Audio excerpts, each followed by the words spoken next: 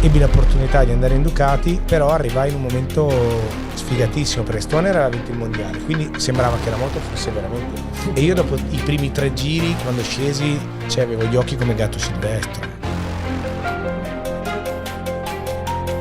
Langsung heboh. Quartararo dibuat kaget. Performa terbaru Toprak saingi Pecco Bagnaia. Marco Melandri sampai buka suara dan beri pernyataan yang sangat mengejutkan ini. Simak informasi yang akan membuat kalian tercengang berikut ini. Subrek lah cok.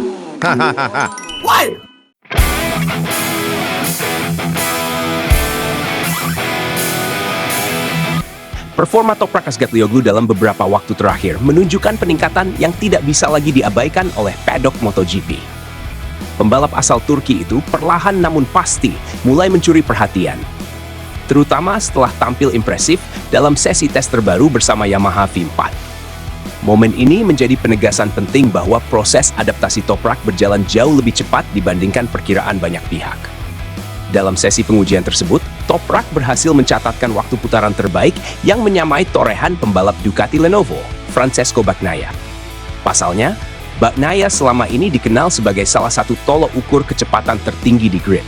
Pembalap yang kerap menjadi referensi performa motor dan kemampuan balap di era MotoGP modern.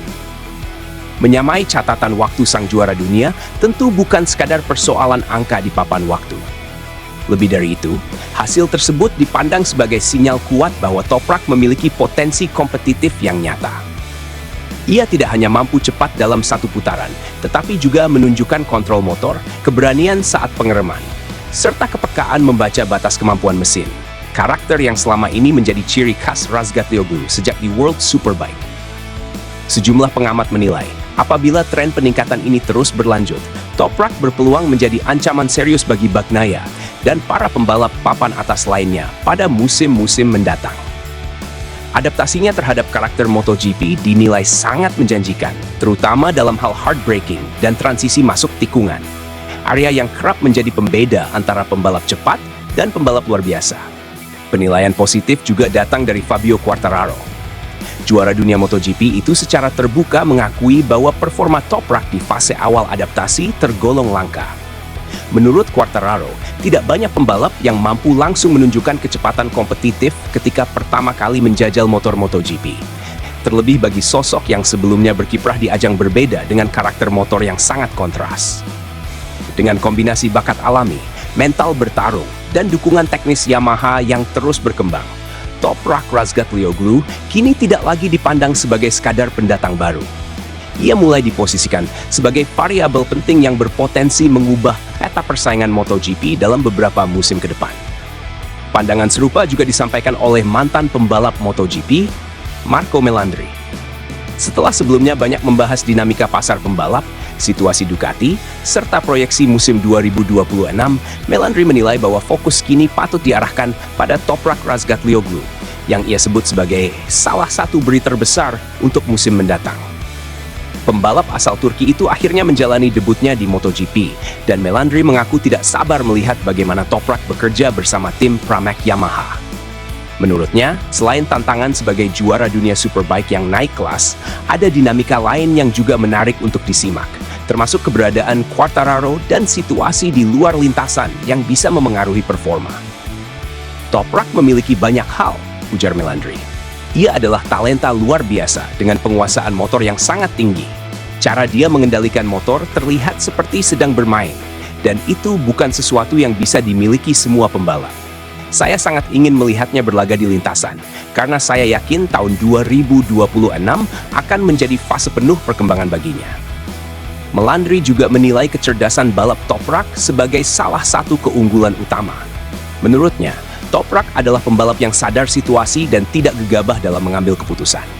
Ia diyakini akan melangkah tahap demi tahap untuk memahami seluruh aspek MotoGP, mulai dari motor, ban, hingga dinamika balapan. Namun, Melandri memberi catatan menarik untuk masa depan. Ia menyebut bahwa perubahan besar akan terjadi pada tahun 2027 ketika pemasok ban berganti ke Pirelli. Dalam pandangannya, perubahan tersebut justru bisa menjadi keuntungan besar bagi Toprak. Saya pikir pada saat itu, Toprak akan berada di depan, merepotkan Quartararo, dan berpotensi menjadi yang terbaik di lintasan, ujarnya. Toprak Razgatlioglu sendiri telah mengantongi kontrak berdurasi 2 musim bersama Yamaha MotoGP. Artinya, ia hanya memiliki 1 musim penuh untuk belajar dan beradaptasi sebelum tekanan ekspektasi meningkat. Sebuah tantangan besar bagi pembalap yang selama ini terbiasa berada di papan atas. Toprak pun menyadari situasi tersebut.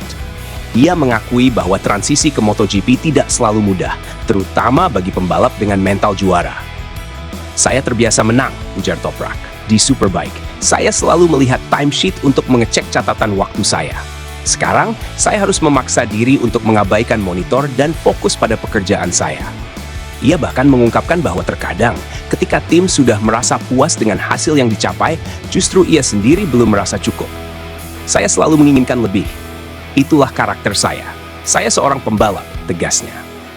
Toprak menutup pernyataannya dengan sebuah mimpi besar yang mencerminkan ambisinya.